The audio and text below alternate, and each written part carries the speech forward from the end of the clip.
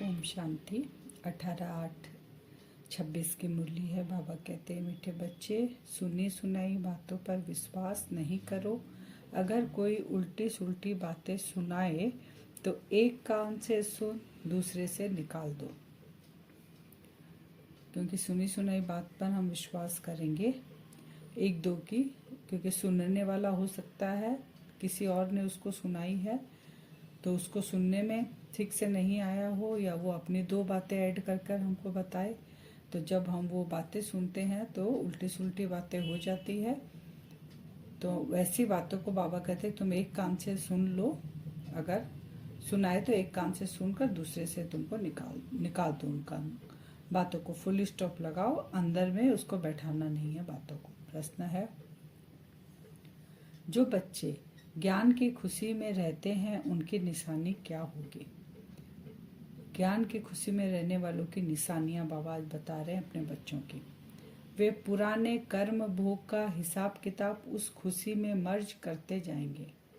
कर्म भोग आया तो उनके अंदर इतनी खुशी रहेगी कि खुशी इमर्ज रूप में रहेगी और कर्म भोग मर्ज रूप में चला जाएगा।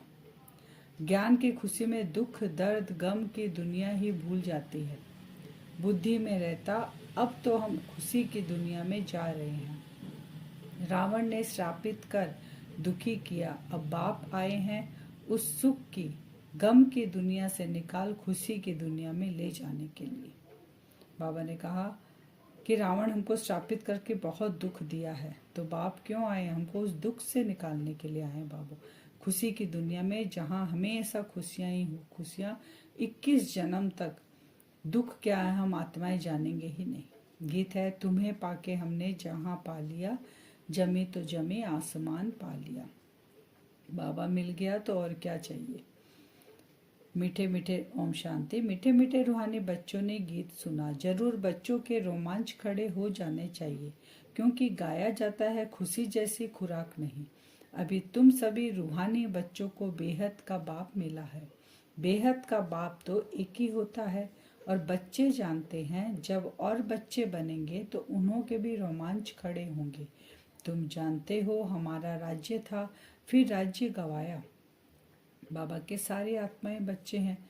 अब जो इस बेहद के बाप को पहचान गए उनके तो खुशी का ठिकाना नहीं। तो बाबा कहते हैं ऐसे ही बच्चे बाबा को पहचानते जाएंगे धीरे धीरे। तो जैसे जैसे बच्चे नए आएंगे पहचानेंगे, उनके भी रोमांच खड़े होंगे और खुशी में नाचेंगे वो भी। भारतवासियों के लिए ये खुशखबरी है ना, परंतु जबकि अच्छी रीति सुने और समझे, बरोबर यह खुशी की बात है ना।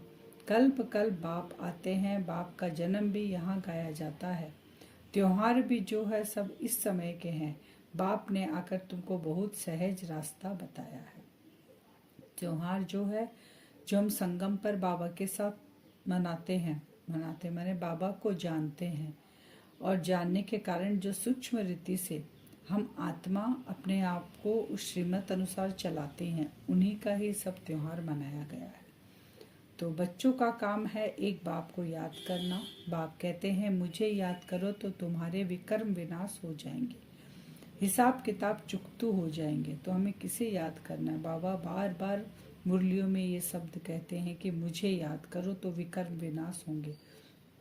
कोई भी तरीका नहीं है हमारे ऊपर जो इतने विकर्मों का बोझा है जो हल्का हो जाए, जल जाए, खत्म हो जाए, कोई तरीका नहीं। बाबा की याद से ही, उस युगाग्नि से ही ये विकर्म विनाश होंगे। तो हमें सारा दिन अटेंशन देना चाहिए कि हम ज़्यादातर टाइम उस एकांत में बैठकर बाबा की याद में अपने विकर्मों का विनाश करें। हिसाब किताब चुकतू हो जाएंगे बाबा कहते हैं, बाकी थोड़ा समय है। हिसाब किताब चुकतू करते जाओ, क्योंकि तुम हो अंधों की लाठी। तुम भी याद करो, दूसरों को भी रास्ता बताओ। खुद के भी तो हिसाब किताब चुकतू करते हैं, क्योंकि हमारे अंदर भी विकर्म हमने भी किए, और जिसको हम समझा रहे हैं बाबा के लिए उन्होंने भी विकर्म किए।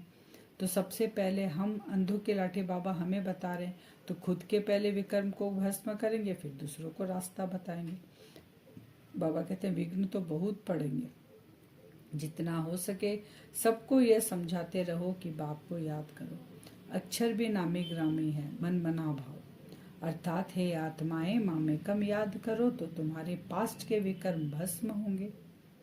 याद करेंगे पास्ट के विकर्म हमारे भस्म होंगे, और बाबा को जब याद करेंगे तो और विकर्म हमारे बनेंगे नहीं। तो इसमें मुझने की तो बात ही नहीं, सिर्फ बाप को याद करो तो तमो प्रधान से सतो प्रधान बन जाएंगे। मुझने की क्या बात है, एक ही चीज बाबा कहते हैं कि मुझे याद करो, अपना मन मुझ में लगाओ।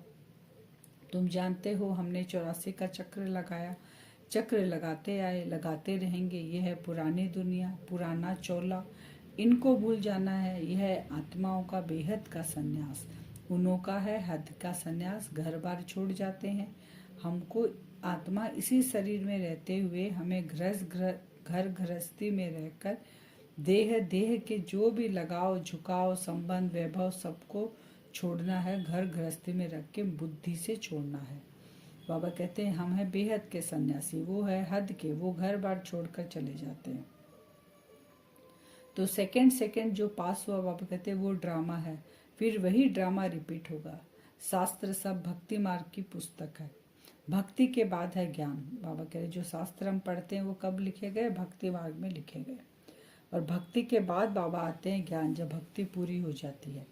इस सीढ़ी के चित्र पर किसको भी समझाना बहुत सहज है। मुख्य जो चित्र है वो अपने घर में भी हम रख सकते हैं। बाबा कहते हैं शांति धाम, फिर है सुख धाम, और शांति संपत्ति धाम, फिर होता है दुख और अशांति धाम। पहले हमारा शांति धाम जाएंगे, फिर हम सुख शांति संपत्ति धाम जाएंगे, यानी सतयुग में जाएंगे। बाबा कहते हैं फिर चक्र ऐसे ही रिपीट होता है, फिर नीचे उतरेंगे तो दुख और अशांति धाम आ जाएगा। तो बाबा कहते हैं जहाँ तुम्हारा सुख धाम है वहाँ कारून के खजाने तुम्हारे अथाह है। आज क्या है कल क्या होगा, आज कैसी दुनिया है, दुख की दुनिया, कल बाबा कहते हैं सुख की दुनिया आ जाएगी, कारून का खजाना तुम्हें मिलेगा। रात, बाबा कहते हैं रात में है शूद्र और बीच में है ब्राह्मण और दिन में है देवताएं। तो बाबा बीच में आते हैं, रात और दिन के बीच में बाबा आते हैं। इसको संगम युग कहा जाता है। मनुष्य तो बिल्कुल ही घोर अंधियारे में है। तो विनाश काले विपरीत बुद्धि विनशन्ति, विनाश काले प्रेत बुद्धि विजयन्ति। घोर अंधियारे में कौन है, जिनकी विपरीत बुद्धि है, जो अभी तक बाबा को नहीं पहचाने हैं, और प्रेत बुद्धि किनकी है, जिन्होंने बाबा को पहचान लिया, तो उनकी विजय निश्चित है। तुम बच्चे जानते हो बाबा हमको फिर से वही राजाई देते हैं। हमें याद आ गया ना, बाबा ने आके हमें याद दिलाया, क्योंकि ये जो संस्कार आत्मा के अंदर, ये संकल्प सब मर्ज रूप में थे। बाबा ने आके इसको इमर्ज किया कि तुम ही देवकुल की आत्मा हो। तो हमको ये याद आ गया, वह हमारी राजाई कोई छीन न सके। वहाँ कोई नहीं है, केवल हम ही देवी देवताओं का ही राज्य है। रावण की प्रवेशता तो होगी द्वापर से, तो आधा कल्प हम राजाई करेंगे। रावण ने हमारी राजाई छीनी है, तो हमारा दुश्मन हो गया। तो दुश्मन को क्या करते हैं, एफिजी जलाते हैं। तो ये हमारा बहुत पुराना दुश्मन है। द्वापर युग से लेकर अभी कलयुग एंड तक ये हमारी दुश्मनी चल रही है, और दुश्मनी भी कम नहीं हो रही है, दिनों दिन बढ़ती ही जा रही है। पहले छोटा पुतला जलाते थे, अब बड़ा बड़ा करते जा रहे। कहते भी हैं रावण राज्य, परंतु किसकी बुद्धि में नहीं आता, तो घोर अंधियारा कहेंगे ना। बेहद का बाप है नॉलेजफुल, उनको ज्ञान का दाता दिव्य चक्षु विदाता कहते हैं। अभी तुम आत्माओं को ज्ञान का तीसरा नेत्र मिला है। आगे तो कुछ नहीं जानते थे, अब सब जान गए हो। बाप ज्ञान का सागर है, तो जरूर ज्ञान सुनाएंगे ना। ज्ञान सुनाने बगैर सिद्ध कैसे हो, तुम देखते हो बाप ज्ञान सुनाते हैं। बाबा कहते हैं मैं ज्ञान का सागर हूँ, तो तुम्हें आकर ज्ञान सुनाऊंगा ना। सृष्टि के आदि मध्य अंत का, तुम आत्माओं का पाठ का, 84 जन्मों का। तो बाबा आके हमें सम्मुख, अब निराकार है तो सम्मुख आके सुनाएगा ज्ञान। हमारी ये पढ़ाई है, हम पढ़ेंगे तब ऊंच पद पाएंगे। बाबा ने कहा जिस ज्ञान से फिर तुम आधा कल्प सदगति तुम्हारी हो जाती है। भक्ति को ही आधा कल्प चलना है। ज्ञान से सदगति संगम पर ही होती है। बाबा सदगति भी कब करते हैं, द्वापर युग में नहीं आते हैं बाबा, क्योंकि द्वापर युग में तो भक्ति शुरू हुई है। बाबा बोलते हैं ना भक्ति के बाद ज्ञान देता हूँ। तो आधा कल्प जैसे ज्ञान की प्रारंभ चली, तो आधा कल्प भक्ति चलेगी, उसके बाद बाबा आते हैं। कोई भी बात बच्चों की कब छिप नहीं सकती है। बाप कहते हैं कोई भी बुरा काम हो जाए तो बताओ बाबा को सच्चाई से, क्योंकि किसी किसी बच्चों से हो जाता है, इसीलिए बाबा ये उनको फरमान दे रहे हैं कि मुझे बताओ, तुम छुपाओ मत कोई भी बात। फिर व्यास की जब रजो बुद्धि थी तो क्या क्या बातें बैठ लिख ली। शास्त्र आदि कब लिखे गए? द्वापर युग में लिखे गए। तो उस समय बुद्धि कैसी हो गई? पहले थी सत्तो प्रधान, सत्तो रजो में आ गए थे, तो इसलिए क्या क्या इधर उधर बातें मिला दी है। बाप बच्चों को समझाते हैं, सुनी सुनाई बातों पर कभी भी विश्वास कर बिगड़ो मत। अपने कानों से, अपनी आंखों से जो देखो, कानों से सुनो, उसी समय उसी बात पे विश्वास करना है, बाकी और किसी की बात पे विश्वास नहीं करना। बाप कहते हैं, मैं पैगाम ले आता हूँ, अब हे आत्माएं श्रीमत पर चलो, हमारा पैगाम सुनो। सिर्फ मामेकम याद करो, जो याद करेंगे वह अपना ही कल्याण करेंगे। याद आत्मा को करना है, भूली भी आत्मा है। कितना अच्छा बाबा कह रहे हैं। बाबा क्या पैगाम लेके आए? बार बार कह रहे हैं, बच्चे तुम मुझे याद करो, क्योंकि भूलने वाली कौन है? आत्मा ही है। आत्मा ही अपने को भूल कर देह समझने लग गई। तो बाबा आकर कह रहे, याद भी कौन करेगी? आत्मा ही करेगी। इसमें बाबा कहते हैं, आशीर्वाद रहम आदि कुछ भी नहीं मांगना है। बाबा तो हमें श्रीमत देती है, उस अनुसार बाबा को याद करना है। सिर्फ बाप को याद करना और कोई बात पूछनी करने की भी दरकार नहीं। सृष्टि का चक्र कैसे फिरता है तो सुना, इसमें खिटखिट की कोई बात नहीं। घोर अंधियारे में ही बाप आते हैं, इसलिए शिवरात्रि मनाते हैं। बाबा कब आते हैं? घोर कलयुगी रात्रि में आते हैं। सवेरा होने ही वाला है, उस समय बाबा आते हैं। श्री कृष्ण का भी जन्म रात्रि को मनाते हैं। खीर पूरी आदि मंदिरों में बनती है रात को। अब शिव के लिए क्या बनाएंगे? वह तो निराकार। जन्माष्टमी मनाते हैं तो कितना भोग लगाते हैं ना बना के रात को। बोलते हैं 12 बजे के बाद, 12 बजे उनका जन्म हुआ घोर रात्रि में। तो शिव बाबा का घोर रात्रि में अवतरित हुए बाबा, तो उनको क्या खिलाएंगे? लेकिन वो तो निराकार है। बाबा किस घड़ी आते हैं और कैसे चले जाते हैं किसी को भी पता नहीं। बाबा निराकार है, जब मन बाबा प्रवेश करते हैं और कब बाबा निकल जाते कोई नहीं बता सकता। सदैव तो बाबा कहते मैं सवारी कर नहीं सकता ना, सदैव सवारी मैं कर नहीं सकता। मैं कब आता हूँ कब जाता हूँ कोई नहीं बता सकता। अभी तुम जानते हो हम शिव बाबा के पुत्र हैं, वर्षा उनसे मिलता है। ब्रह्मा को भी वर्षा उनसे मिलता है। हम शिव बाबा के क्या हैं? पुत्र हैं। और वर्षा किससे मिल रहा है? हम पुत्र हो गए तो दादा से हमें वर्षा मिलता है। और ब्रह्मा बाबा को भी वर्षा शिव बाबा से मिलता है। यह तो मनुष्य है ना। सदगति में पहला नंबर है यह श्री कृष्ण। सबको बाबा कहते हैं कि पहला नंबर किसको मिला? सबसे पहले नंबर में कौन गए? श्री कृष्ण। ये सबको प्यारा है, क्योंकि सत्तो प्रधान बाल अवस्था है ना। थोड़ा बड़ा होता है तो उनको सत्तो कहा जाता है, फिर रजो तमो। श्री कृष्ण राधे ही फिर लक्ष्मी नारायण बनते हैं। सत्तो प्रधान, सत्तो रजो तमो, ये स्टेजेस होती है। तो जिनको बाप ने ज्ञान दिया है उनको ही देंगे। भारत में ही देवी देवता होकर गए हैं, तो मंदिर भी भारत में बहुत है। क्रिश्चियन की चर्च में क्राइस्ट ही क्राइस्ट देखेंगे। क्रिश्चियन लोग क्या देखेंगे? जिनको मानते हैं उनको ही देखेंगे। और देवताओं के कितने ढेर मंदिर हैं। क्रिश्चियन लोग केवल क्राइस्ट को, एक को देखते हैं। लेकिन हिंदू धर्म में हम सब एक देवता को नहीं मानते, अनेक देवताओं को हम मानते हैं। एक मंदिर में कितनी मूर्तियां मंदिर में देवताओं की रखी गई है, लेकिन क्रिश्चियन के एक ही क्राइस्ट को मानते हैं। तो बाबा कहते हैं कि उत्पत्ति कर, पालना कर, फिर विनाश कर देते हैं। 9 रोज के जो मूर्तियां बनाते हैं ना पूजा में, भक्ति में, उसके लिए बाबा बता रहे उत्पत्ति करते हैं, पालना करते हैं 9 दिन का, फिर विनाश कर देते हैं। 9 रोज के अंदर ही डुबो देते हैं। बहुत उनमें प्रेम होता है। नवरात्रि कलकत्ते में बहुत मनाते हैं। मूर्ति इतनी सुंदर बनाया, उनको कहा कि भगवान के रूप में पूजा, और 9 दिन उसमें भी तिथि तारीख अनुसार उनको डुबोते हैं। एक दिन भी ज़्यादा नहीं रखते हैं। उसमें भी सगुन अपसगुन को मानते हैं, दिन को मानते हैं, वो देखकर डुबो कर आ जाते हैं। तो इन सब बातों पर अभी वंडर लगता है। आगे तो हम भी पाठधारी थे, करोड़ों रुपया खर्चा करते थे, अंधश्रद्धा थे। और बाबा कहते हैं रामायण से कितना प्यार होता है, बातें सुनते रहते हैं, आंखों से आंसू बहता रहता है। अब यह सब है भक्ति मार्ग, इससे फायदा कुछ भी नहीं है। बाबा अब हमको कितना समझदार बनाते हैं। अब हमारे आंख से आंसू निकलेगा क्या? नहीं निकलेगा। जो सुना रहे हैं ना, उनके प्रति भी शुभ भावना निकलेगी कि इनको भी सत्य ज्ञान हो, और जो उनके फॉलोअर्स हैं उनको भी सत्य ज्ञान हो। ये भावना रहती है हमारी। बाप कहते हैं सब काम चिता पर बैठ एकदम जल मरे हैं। क्रोध को चिता नहीं कहेंगे, क्रोध को चिता नहीं कहा जाता है, काम चिता कहा जाता है। उसमें भी हल्का नशा सेमी नशा भी होता है। बच्चों को ही बाप बैठ समझाते हैं। घर में कोई कपूत बच्चा होगा तो कहेगा ना, यह क्या बाप की आबरू गवाते हो, बाप की इज्जत जाती है। बेहद का बाप भी कहते हैं तुम काला मुंह करते हो तो ब्राह्मण कुलभूषण जो देवता बनते हैं उनका नाम बदनाम करते हो। जैसे लौकिक में कहते हैं ऐसे बाबा भी कहते हैं काम महाशत्रु है, इस पे जीत पानी है तो काला मुंह मत करना, नहीं तो फिर नाम गवाओगे तुम इस ब्राह्मण कुलभूषण का।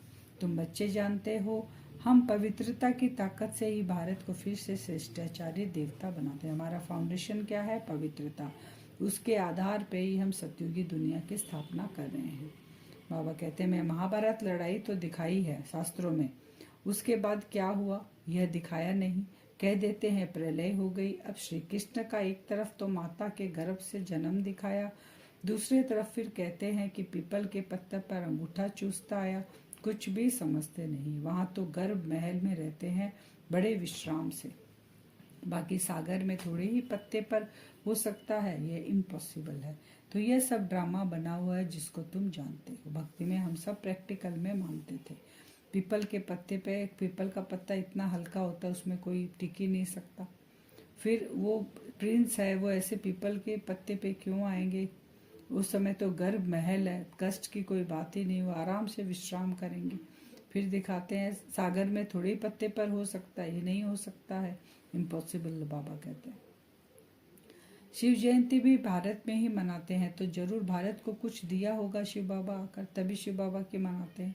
अभी तुमको स्वर्ग की बादशाही दे रहे हैं ना, बाप है ही सदगति दाता, ज्ञान का सागर, नॉलेज बाप ही आकर देते हैं। इसीलिए शिव जयंती हम मनाते हैं। बाबा आकर हमको पतित दुनिया से निकालकर पावन बनाकर सदगति देते हैं।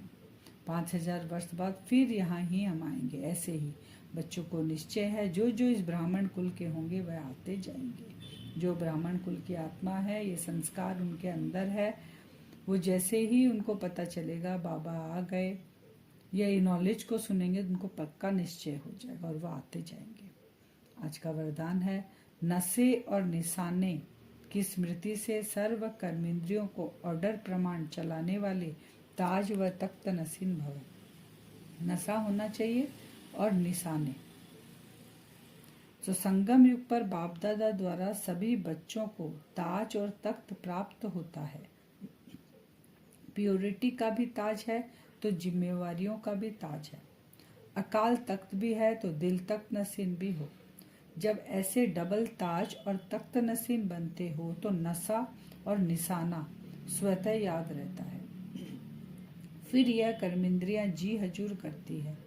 जो ताज व तख्त छोड़ देते हैं उनका ऑर्डर कोई भी कारोबारी नहीं मानते। बाबा ने कहा एक तो ताज और तख्त जिम्मेवारियों का, ताज लगेगा और तख्त पर बैठेंगे, और एक तख्त है हमारे भ्रकुटी तख्त, एक शिव बाबा के दिल तख्त नसीन।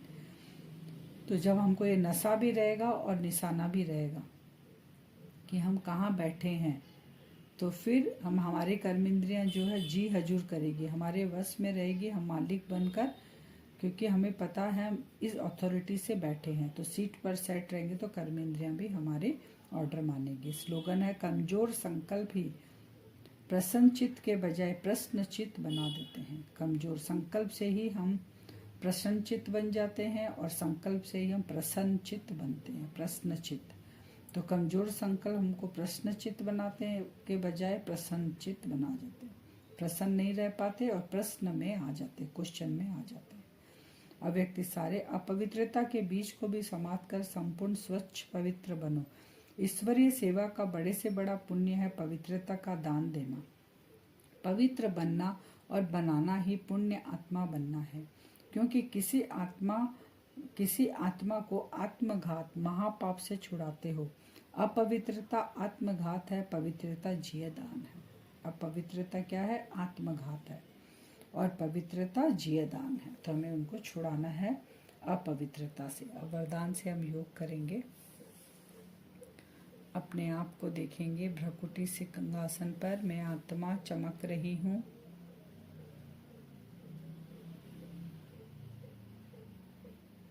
अपने तख्त को विजुअलाइज करें। मैं आत्मा अकाल तख्त पर बैठी हूँ बिंदु स्वरूप। विजुअलाइज करें इस शरीर में अपनी सीट पर सेट हूँ। मैं आत्मा भ्रकुटी सिंहासन पर बैठी हूँ।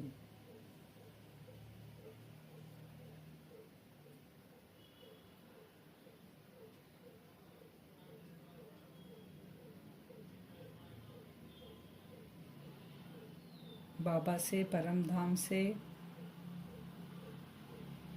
पावरफुल किरणें मुझ आत्मा के ऊपर पड़ रही है।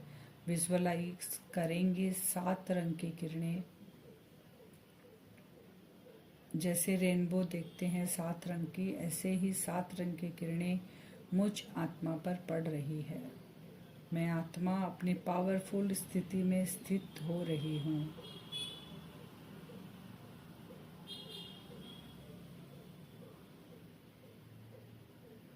विजुअलाइज करें मेरे सर के ऊपर बाबा ने ताज पहनाया है। अकाल तख्त पे मैं आत्मा बैठी हूँ। ताजधारी हूँ मैं आत्मा। जिम्मेवारियों का ताज बाबा ने मुझे पूरे विश्व की जिम्मेवारी दी है। ये 7 रंग की किरणें कंटिन्यू मेरे ऊपर पड़ रही है। विश्व की हर एक आत्मा को बाबा का परिचय देना है। हर एक आत्मा को बाबा से मिलाना है। बहुत बड़ी जिम्मेवारी बाबा ने मुझे दी है, लेकिन साथ साथ बाबा मुझे शक्तियाँ भी भर रहे हैं। विजुअलाइज करते रहें वो 7 रंग की किरणें मुझे बहुत शक्तिशाली बना रही है। मैं आत्मा अपने आप को विजुअलाइज करें बाबा के दिल तख्त में। मैं बाबा की दिल तख्त नसीन आत्मा हूँ। बाबा हमेशा मुझ आत्मा को अपने दिल में रखते हैं।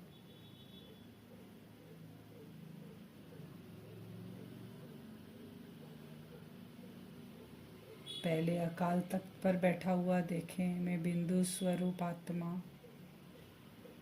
ताज को विजुअलाइज करें, जिम्मेवारियों का ताज। बाबा के दिल तख्त में हम बिंदु स्वरूप आत्मा बैठे हैं।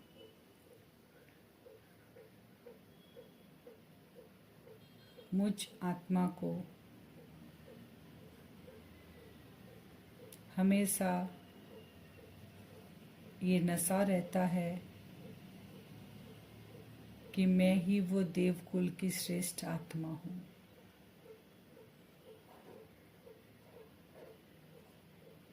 मैं ही उस परमात्मा का बच्चा हूँ। तो निशाना मुझे स्वतः याद रहता है। मैं हमेशा अपनी सीट पर सेट रहती हूँ आत्मा। सारी कर्मेंद्रियाँ मेरे ऑर्डर प्रमाण चलती है।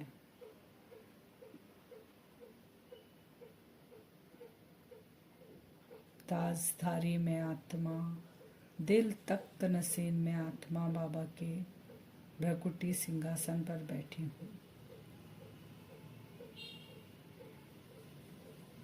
सारी कर्मेंद्रियाँ मेरे ऑर्डर प्रमाण कार्य व्यवहार करती है।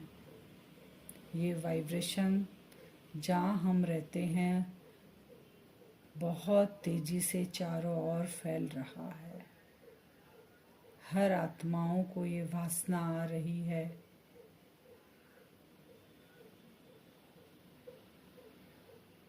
कि कोई तो हमें ये संकल्प भेज रहा है